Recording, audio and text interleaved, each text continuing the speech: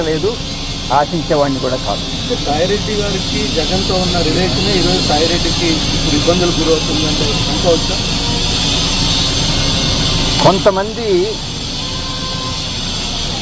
దానికి మా పార్టీలో అంటే మా గత పార్టీ, నేను ఏ పార్టీలో నుంచి అయితే నేను రిజైన్ చేశానో ఆ పార్టీలో ద్వితీయ శ్రేణి నాయకులు ఎవరైతే ఉన్నారో వాళ్ళు నాకు మా నాయకుడికి మధ్యన అభిప్రాయ భేదాలను సృష్టించి జగన్మోహన్ రెడ్డి గారి మనసుని విరిచేటటువంటి ప్రయత్నం చేసి వాళ్ళు విజయం సాధించారు.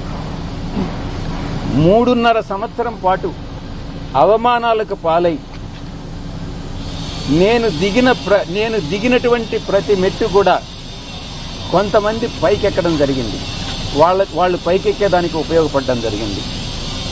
దీంట్లో చాలామంది పాత్రదారులు సూత్రధారులు ఉన్నారు. దీంట్లో ఈ పార్టీ నుంచి వెళ్లిపోయిన దానివల్ల నేను ఏ విధంగానూ నష్టపోవట్లా.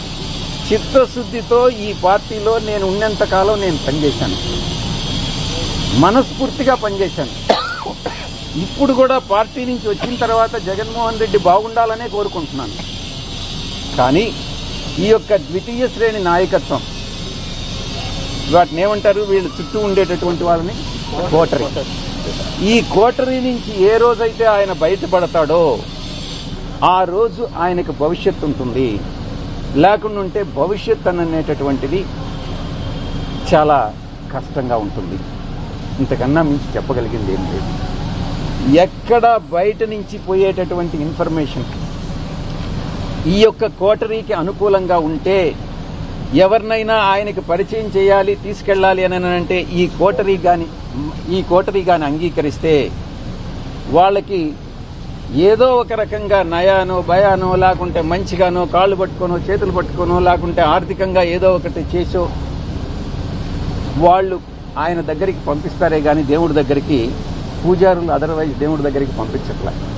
ఇది జరిగేటటువంటిది. ఈ చెప్పేటటువంటి ఒక నాయకుడు అన్నటువంటి వాడు ఈ చెప్పుడు మాటలను నమ్మకూడదు. చెప్పుడు మాటలను నమ్మితే నాయకుడు నష్టపోతాడు, ప్రజలు నష్టపోతారు, పార్టీ నష్టపోతుంది. ఇక్కడ జరిగేటటువంటిది అదే. వైసీపీ పార్టీలో పూజారులు హవా నడుస్తుంది, తప్పకుండా ఏకీభవించకుండా ఉండేదానికి ఏముంది దాంట్లో. ఈ కోటరీ వల్లనే నేను ఆయనకి దూరం అయ్యా. నేను ఇంకోటి, ఆయన జగన్మోహన్ రెడ్డి గారితో నేను మాట్లాడినప్పుడు నేను చాలా స్పష్టంగా చెప్పా, సార్ మీ మనసులో నాకు స్థానం లేదు, నా మనసు విరిగిపోయింది. మీ మనసులో స్థానం లేనప్పుడు ఈ పార్టీలో కొనసాగాల్సినటువంటి అవసరం నాకు లేదు. కాబట్టే నేను ఈ పార్టీ వదిలి వెళ్ళిపోతున్నాను. మీ చుట్టూ ఉండే వాళ్ళ చెప్పుడు మాటలు విని మీరు తప్పుదోవ పట్టొద్దు. మీకు ఎవరు నిజాలు చెప్తున్నారు, ఎవరు అబద్ధాలు చెప్తున్నారు అన్నటువంటిది మీరు పూర్తిగా అర్థం చేసుకోండి. అర్థం చేసుకొని మీరు నిర్ణయాలు తీసుకోండి. అప్పుడు మీరు ప్రజలకు ఉపయోగపడతారు.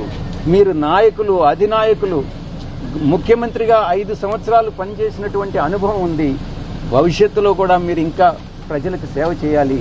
కాబట్టి ఈ చుట్టూ ఉండేటటువంటి వాళ్ళ మాటలు వినవద్దు అని నేను ఫోన్లో మాట్లాడినప్పుడు లండన్కి నేను చాలా స్పష్టంగా చెప్పాను.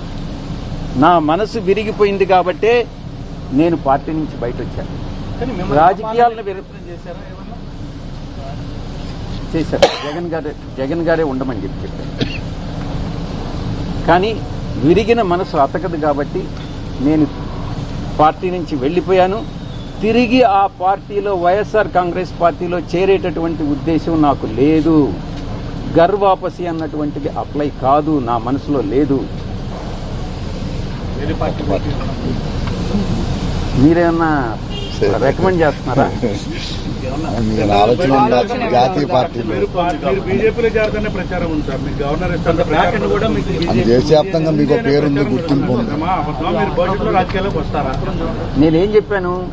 నేను వ్యవసాయం చేసుకుంటానని చెప్పాను. వ్యవసాయం చేసుకుంటున్నాను. దాని మీద కూడా మీరు పత్రికల వాళ్ళు చాలా కామెంట్ చేసినారు. ఈ వ్యవసాయదారుడు ఏందయ్యా ప్యాంట్ వేసుకొని ఇన్షర్ట్ చేసుకుని ఏం వ్యవసాయం చేస్తాడని అన్నారు. అంటే వ్యవసాయదారులు మంచి చొక్కా మంచి ప్యాంట్ వేసుకోకూడదా మీ దృష్టిలో? అలాంటప్పుడు వ్యవసాయదారుని మీరు కించపరిచినట్టు కాదా? గోచి పెట్టుకొని చేస్తేనే వ్యవసాయం. అర్థం చేసుకోవాలి, మనోభావాలను దెబ్బతీయకూడదు. వ్యవసాయం అని అంటే వ్యవసాయమే. నేను నిజంగా కూడా అదే చేసుకుంటున్నాను. ఇప్పటి వరకు ఈ రోజు వరకు నేను వేరే రాజకీయ పార్టీలో చేరేటటువంటి ఉద్దేశం లేదు. ఇటువంటి వాళ్ళు ఏదైతే నా మీద నిందలు మోపుతున్నారో, ఎవరైతే నిందలు మోపుతున్నారో వాళ్ళందరినీ కూడా నేను భవిష్యత్తులో, ఇప్పుడు నేను సిఐడికి యథార్థాలు చెప్పాను, వాస్తవాలు చెప్పాను.